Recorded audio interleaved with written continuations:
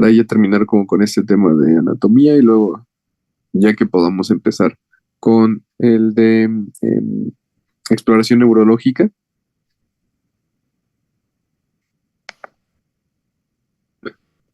Esos podrían ser como quizás los temas un poquito más tediosos, el volver a ver todo esto de anato, pero ya a partir de aquí se pone interesante la cosa, una vez que pasamos esto. Bien,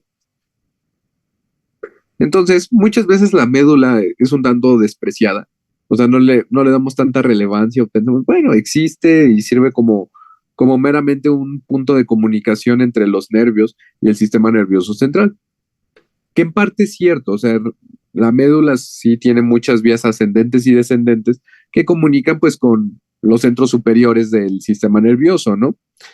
Pero eso no significa que la médula sea un mero conjunto de cables o una vía por la cual sube y baja información. O sea, en parte sí, pero no es lo único que realiza la médula, ¿no? Recordemos que a partir de la médula van a salir los nervios, que ya los estuvimos estudiando en la clase pasada, los componentes de un nervio, ¿no? La estructura, que ya sabemos que tiene un nervio periférico, tiene, en el caso de los nervios de la médula, tiene un componente sensitivo, un componente motor y también tiene un componente autonómico. Y esa es la estructura del nervio. Ahora, si nosotros nos podemos estudiar a la médula, nosotros tenemos que mencionar algo importante.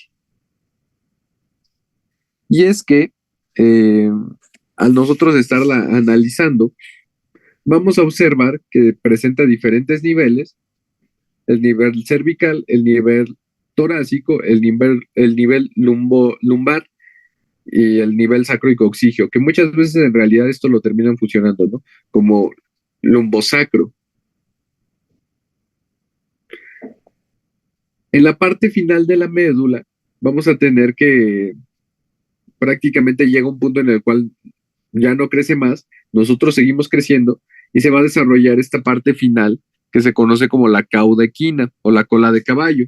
Aquí la podemos observar que son nervios que bajan, miren aquí, en estos colores, y van a salir en la parte final de las vértebras. ¿Por qué? Porque aproximadamente la médula eh, va a llegar hasta un nivel de las vértebras L1, L2, máximo L3, y a partir de allí ya el resto son nervios. La médula como tal, pues se queda chiquita, digamos, aunque nosotros seguimos creciendo. Y por esa razón se da ese espacio. Entonces nosotros aquí podemos observar un poquito más a detalle la estructura de la médula y cómo está envuelta en sustancia blanca. Ahora miren, algo interesante, cómo va variando a través de diferentes niveles la cantidad de sustancia gris. Algo curioso es que está como invertido, ¿no? En el cerebro o en el encéfalo, la sustancia gris está afuera y la sustancia blanca está dentro. Y aquí miren, la sustancia blanca está hacia afuera y la sustancia gris en el centro. En esta estructura como de alas de mariposa, como muchos lo describen, o en H,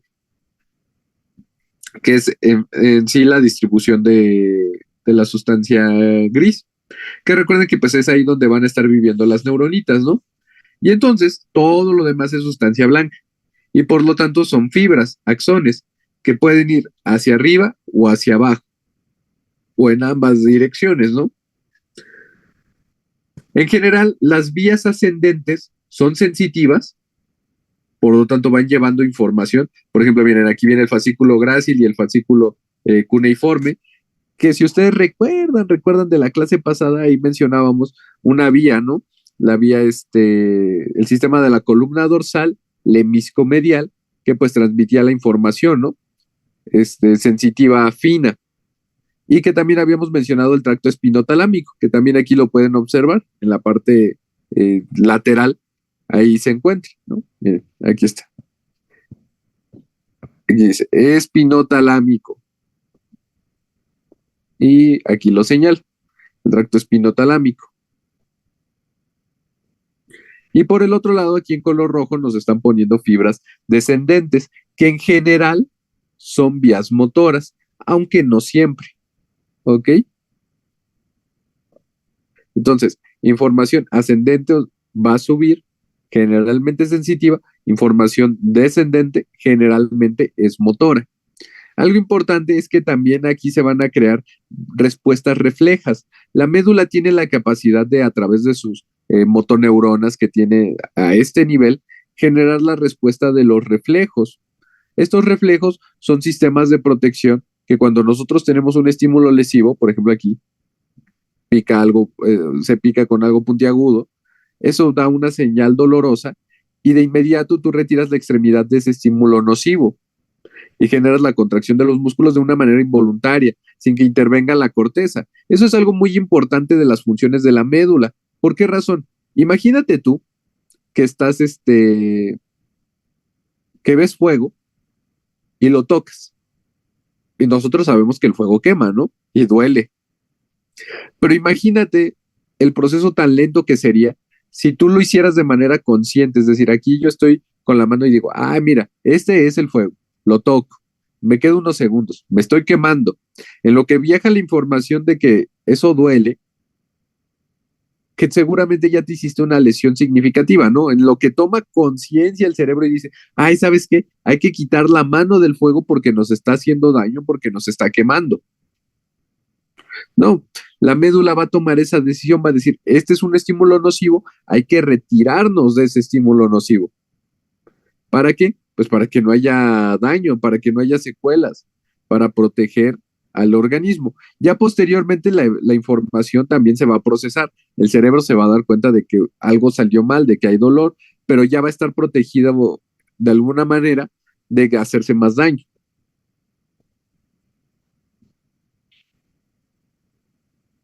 Aquí nosotros podemos observar, por ejemplo, algunos de los movimientos y cómo están controlados por ser ciertos nervios o segmentos cervicales, ¿no? Por ejemplo, para hacer este movimiento de los dedos, nos menciona que son C7 y C8 los responsables, ¿no? El giro de la muñeca también, ¿no? El movimiento hacia arriba o hacia abajo de la palma, que está controlado por los segmentos medulares de C6, de C7. Los movimientos de, por ejemplo, del hombro, C5, C6, C7. Esto, ¿por qué es importante? Porque nosotros con valorar solamente el movimiento de las extremidades de una persona, podemos valorar la integridad de la médula. Igual, por ejemplo, que estire la pierna, ¿no? Y eso está controlado por L2, L3, que la ponga hacia adelante, ¿no? Que la ponga hacia atrás, L4, L5. Igual los movimientos del pie. Estos son movimientos relativamente sencillos que nosotros le podemos pedir a nuestros pacientes que hagan. Y si los hace de manera eficiente, pues significa que está íntegra la médula. También tenemos los reflejos tendinosos profundos, o también reflejos osteotendinosos profundos, que son los que valoramos con un martillo de reflejos. Veremos más a detalle este tema en la siguiente clase, pero que justamente también nos permite valorar qué segmento medular está controlado por dicho reflejo y si esto está íntegro, ¿no?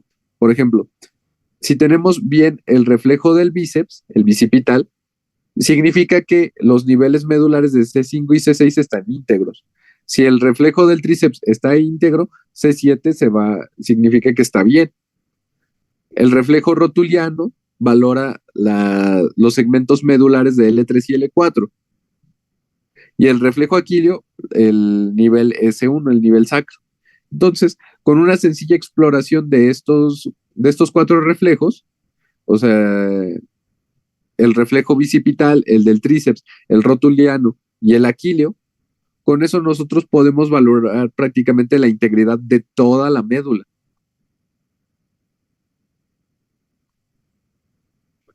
Aquí, como les comentaba en la clase pasada, existe esto que se conoce como síndromes de motoneuronas, que dependiendo de dónde yo tenga la lesión, si es en la motoneurona superior, que es la del cerebro, vaya, o la motoneurona inferior, que es la que se localiza en la médula, nosotros vamos a tener cierta sintomatología, ¿no? Por ejemplo, en la motoneurona inferior existe atrofia, la pérdida del músculo, hay fasciculaciones, está débil, los reflejos están hipoactivos y no hay signo de Babinski.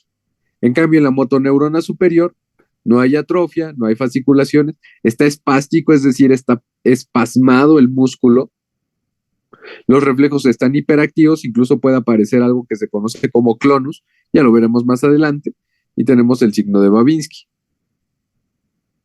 Esta es la distribución sensorial, algo que se conoce como dermatomas.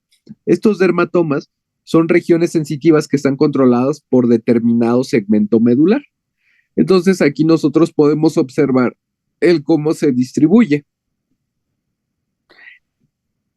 y qué parte de la médula controla esa modalidad sensitiva.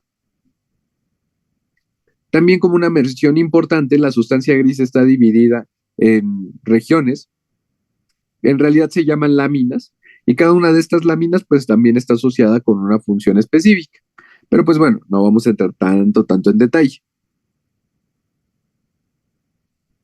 Aquí está lo que habíamos comentado en algún momento acerca de las vías sensitivas. Aquí teníamos el tracto espinotalámico y el tracto de la columna dorsal hemiscomedial y que van a llevar la información a la corteza. Ahora, también tenemos que hay información motora que baja.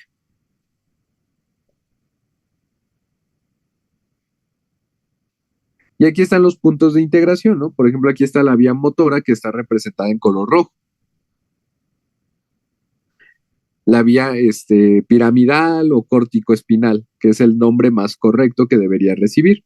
Y cómo va bajando la información y va a llegar finalmente a las neuronas para ejecutar los movimientos que ya habíamos planeado en la corteza.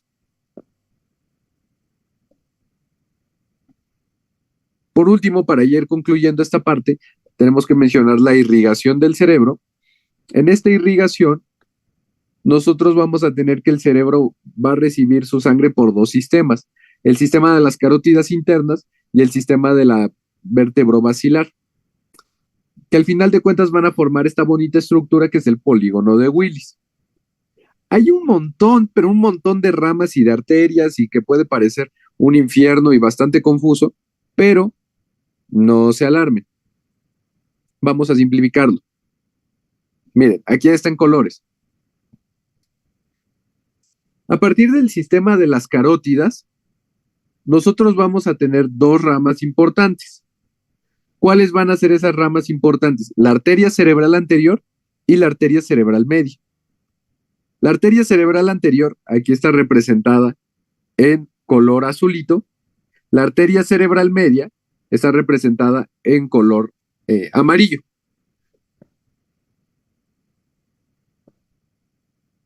Aquí tenemos igual. Arteria cerebral media está como en rosita. La arteria cerebral anterior está en azulito y la arteria cerebral posterior está en amarillito. Perdón, aquí igual me equivoqué. Era en azulito, arteria cerebral anterior, en amarillo, arteria cerebral posterior y en como rosita, arteria cerebral media. Esas son las tres principales arterias que tiene nuestro cerebro y que las irrigan. La arteria cerebral anterior y la arteria cerebral media se van a originar de las carótidas. La arteria cerebral posterior se va a originar del sistema de la basilar. Y ya, el polígono de Willis simplemente es una vía de comunicación entre estos dos sistemas para garantizar que haya flujo sanguíneo si alguno de los dos sistemas llega a fallar. Aunque pues es medio complicado a veces porque no son arterias muy grandes. Entonces, muchas veces si se tapa una arteria, no es suficiente este sistema colateral para mantener la circulación al cerebro.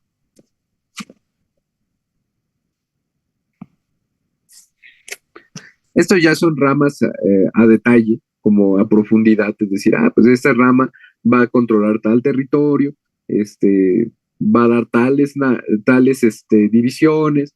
No es necesario que sepan todo eso, ¿ok? ¿Por qué? Pues porque ya eso es ya un detalle muy fino. Por ejemplo, aquí nos pone ramas de la arteria cerebral media, y nos pone que la frontobasal, que la anterior temporal, la prefrontal, la presentral, etcétera, etcétera. No es tan necesario saberse cada una de esas ramas. Aquí nos dice hacia dónde va cada uno de ellos.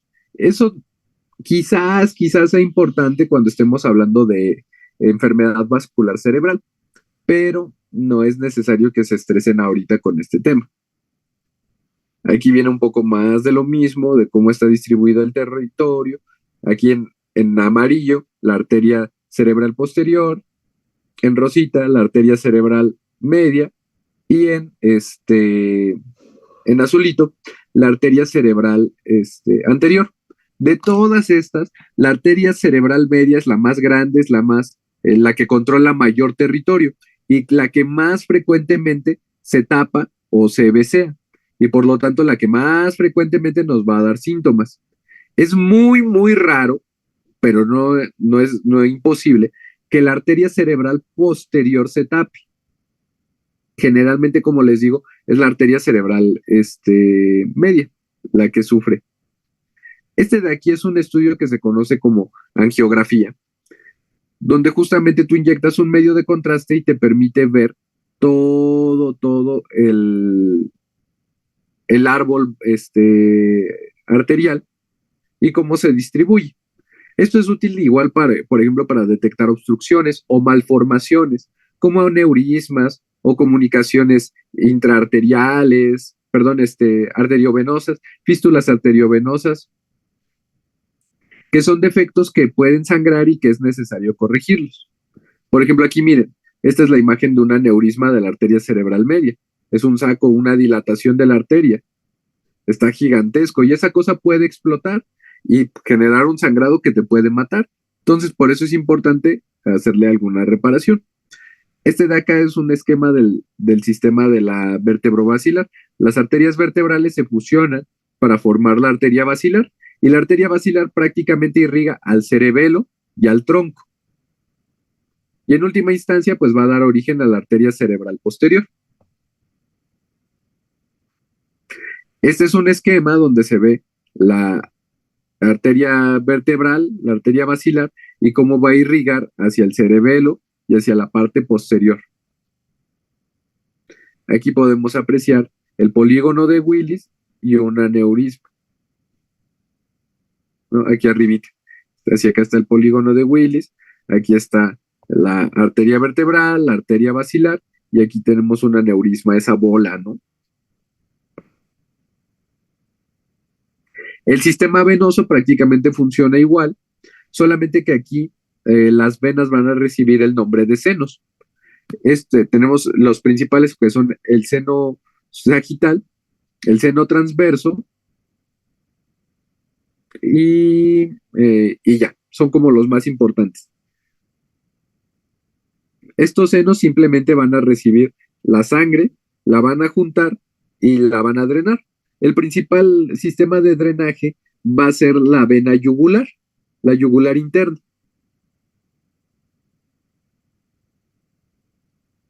Es la principal forma en la cual el cerebro se va a deshacer de la sangre. Bueno, o sea, no deshacer, sino mantener la circulación.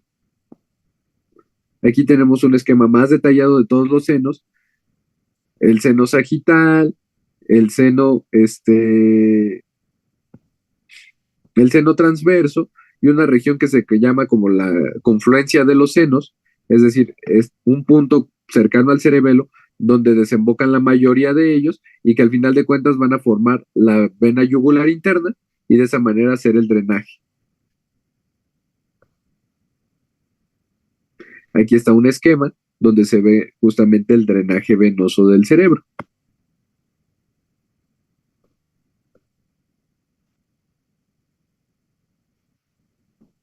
¿Dudas hasta aquí, doctores? Doctora.